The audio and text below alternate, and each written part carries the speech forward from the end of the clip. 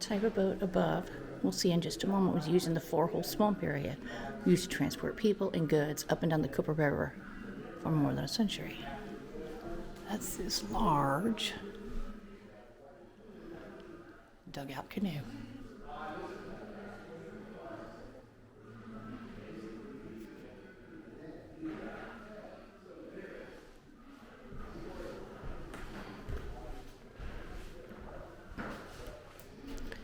This museum comes from the prehistory of the area,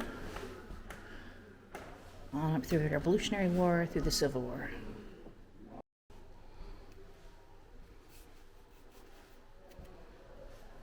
Revolutionary War battlefields in Berkeley County.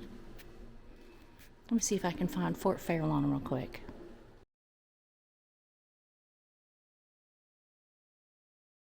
We followed the old road past Goose Creek on up to Moncks Corner, and Fort Farallon, Moncks Corner, Fort Farallon's right here.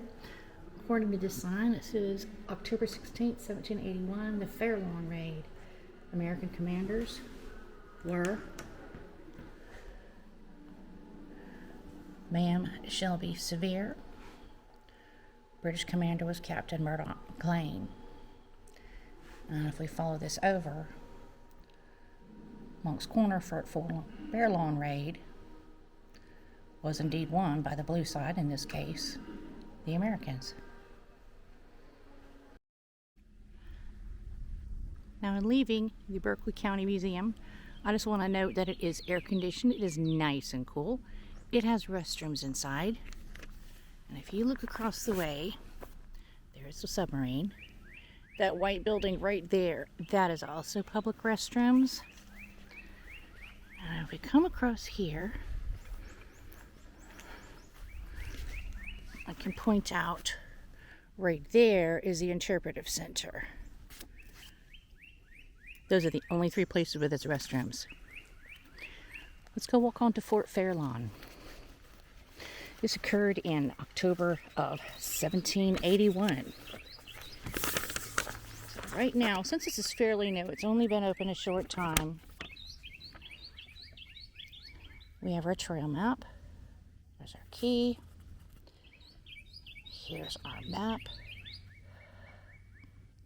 Look down here at the bottom. It says Berkeley County Museum and Heritage Center.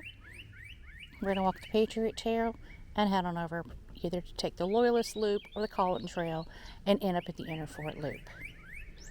Let's go for a walk.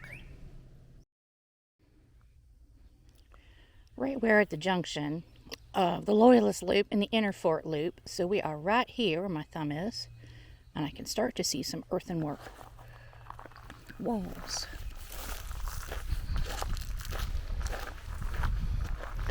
You can see there's a trench dug around the base.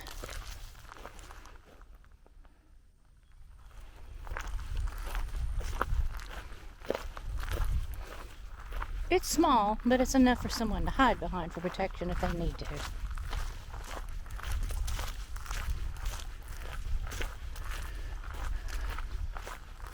Looks like they've got a pathway you can get across and check out the inside of the fort.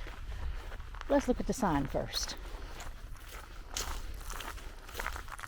Looks like they've got seating area, maybe for ranger talks.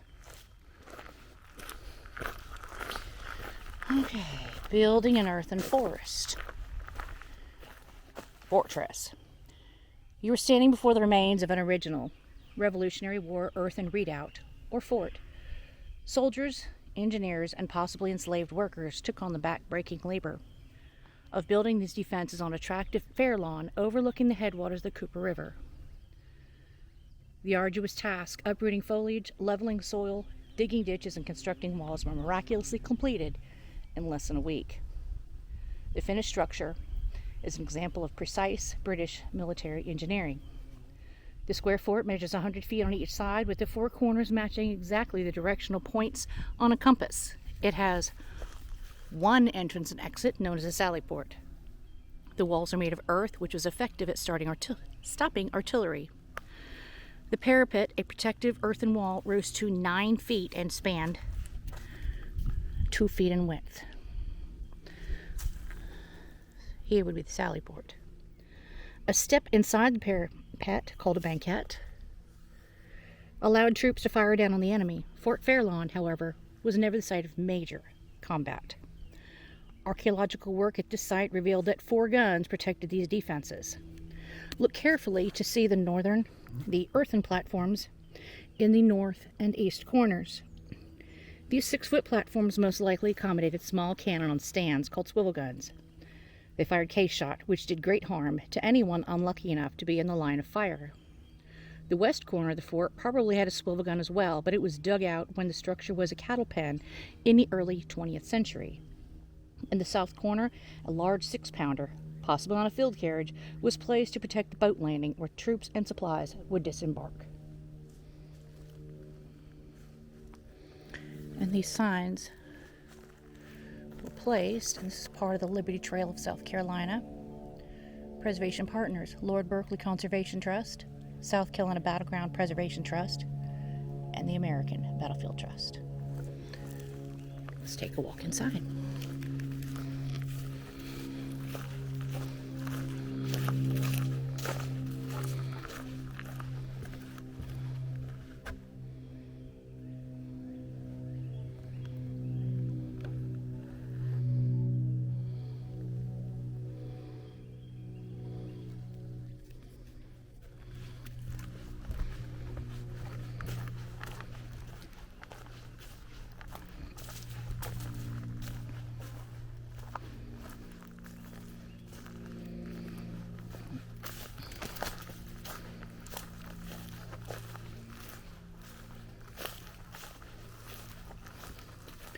This would be the west corner. You can see where the earth is mounted up a little bit higher here, but not as high as the uppermost wall.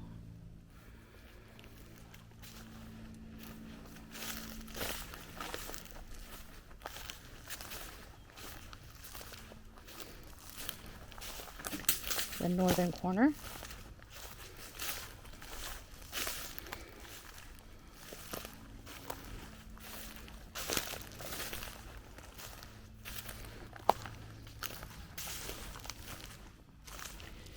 Southern corner. Trying to walk carefully.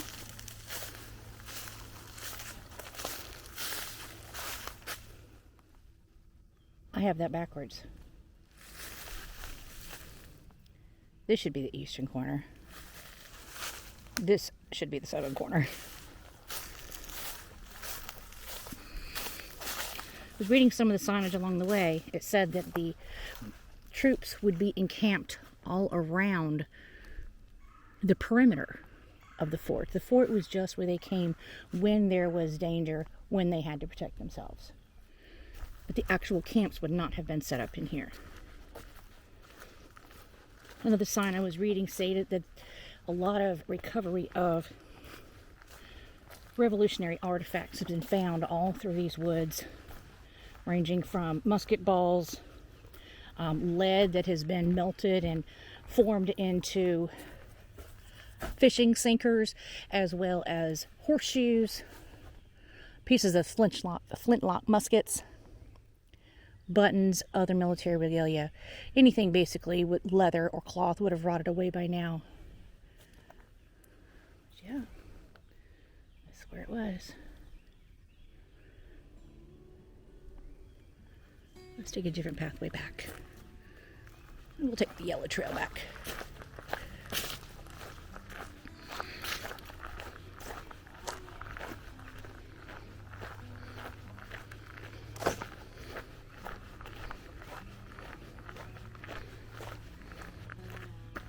Collin Trail.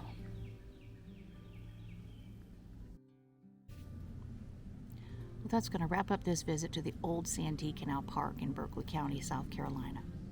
Please like and subscribe, and please leave a comment below stating, where do you want me to go next? What kind of postcard visit would you like to see? Chances are I've probably got a postcard from it. A lot of places in South Carolina I do. Thanks for watching.